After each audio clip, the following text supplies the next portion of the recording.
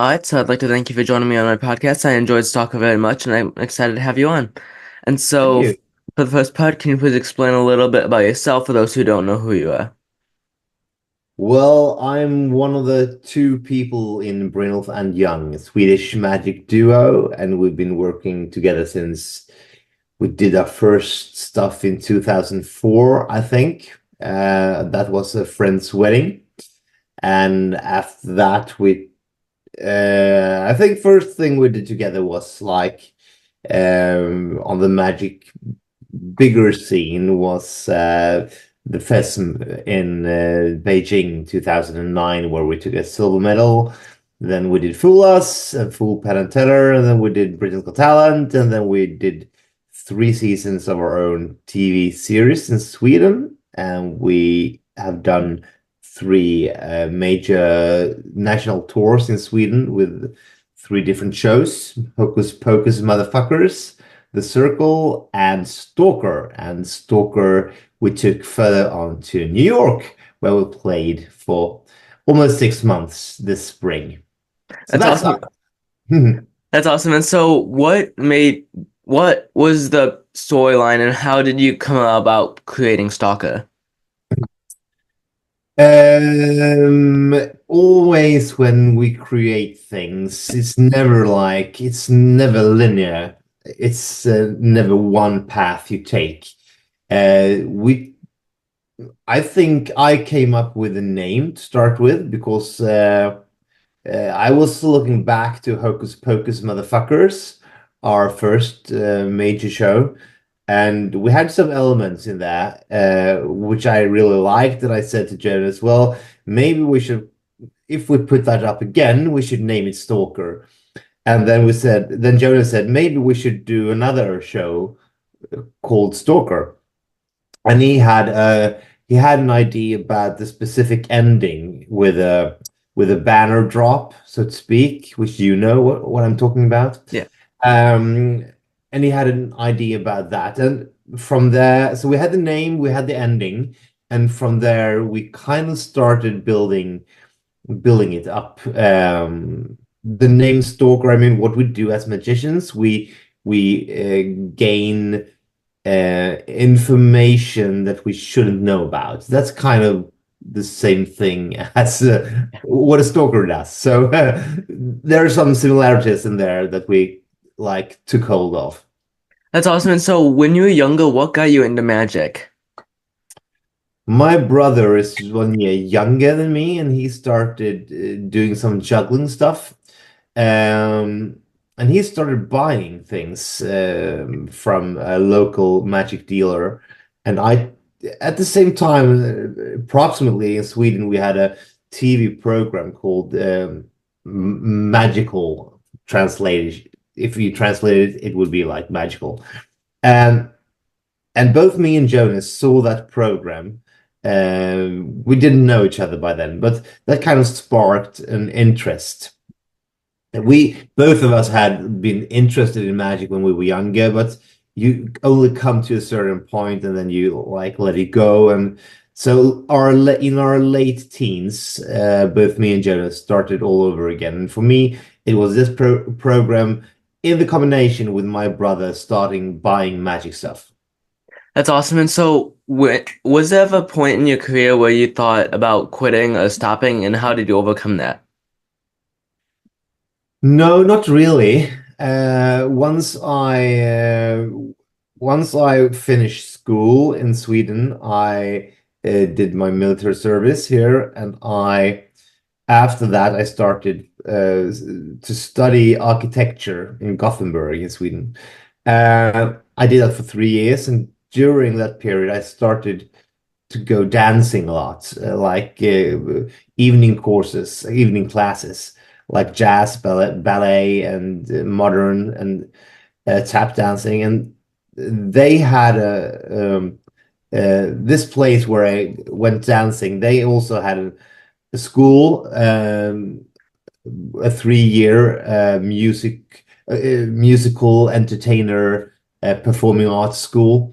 So I applied for that, and I they accepted me, and I So I quit my architecture after 3 years, and I did this for 3 years.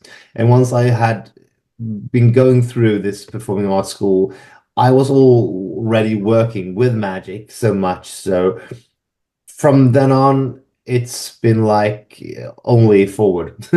Yeah. And yeah, that's great. And so when did you and Jonas meet and when did you guys start working together? We met like late 1990s in Sweden, early 2000, something like that, throughout the magic community. And we did the first, we talked, I mean, we started to talk about doing things together for a while, but in 2004 we had a friend who was getting married, so we put together a trick for his wedding, so to speak, and that was the first thing we actually did together. That's great. And so do you have a favorite trick that you perform and why is it your favorite? I have a lot of favorites, I would say. In Stalker, the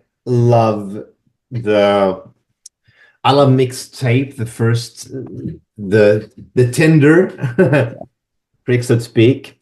Um, I also like the mind reading part where we have two people who don't know each other reading each other's names. And that part I really love, I would say. From the TV series in Sweden, this is nothing I think you can watch, unfortunately, because I think there are like restrictions to the rights because the TV, the network have their, yeah, you know. But we have a trick there where we borrow someone's driver's license. He chooses a car. We goes up to the car, puts the driver license against the window, and push it through so it gets stuck on the inside of the car on the window. And that's one of the things that got viral in Sweden, I would say. His reactions where he starts crying because he can't really believe this is happening, and he's so into it. So that's one of my favorites. We did that in the circle as well, live, so to speak, but that's one of the favorites. Yeah, that's awesome. And so what advice would you give to your younger self if you could go back in time and give advice to young Peter? um Patience, maybe. To have patience. And we've had that, so I don't know if that's like would be an advice that I haven't uh, that we haven't. But I think everything it takes time. It takes a lot of time, and it's just working, and saying yes to things. To say we have always done that. We have the if we got the when we got the request from Fool Us, we said yes, we want to do this. So like to because when you say yes to things, you also get deadlines, and deadlines is very important for you to be able to come to a certain point to decide and make things happen, because often it's like about making those decisions for yourself. And even though you can't see in advance if it will be good or bad, I think sometimes the decision making is the important part. So you can move on, so to speak, and then you can change that decision later on. But I think saying yes and by that making deadlines Yeah, is important. yeah, that's great. And so what can people expect if they come to see one of your guys' shows? They can expect a lot of audience participation. We always have a lot of people joining us on stage. That's a big part of it. They can expect, I would say, really good magic, strong magic, a lot of humor. I think we're funny. Yeah. Um, so good magic, a fun time, a lot of audience participation, and just gobsmacked, being gobsmacked and having a really great time, I think. That's Yeah, that's awesome. And so, what advice? This question kind of ties into the other question about advice. But what advice would you give to younger students who want to do magic as a professional career? I would say the same, actually, the same things as it's more like taking on challenges and to get those deadlines and just do it. Go out there and do it because there is no way you can learn things without failing. Because when you start with things, you will be miserable at it and you will fail thousands of times over and over and over again. It will fail different things, and then you might think that, oh, now I solved it. And then you suddenly find out I didn't because there was another problem I hadn't seen coming. So, like, doing it and getting those deadlines and making sure you try to develop uh, new stuff, not new, but your own stuff, so to speak.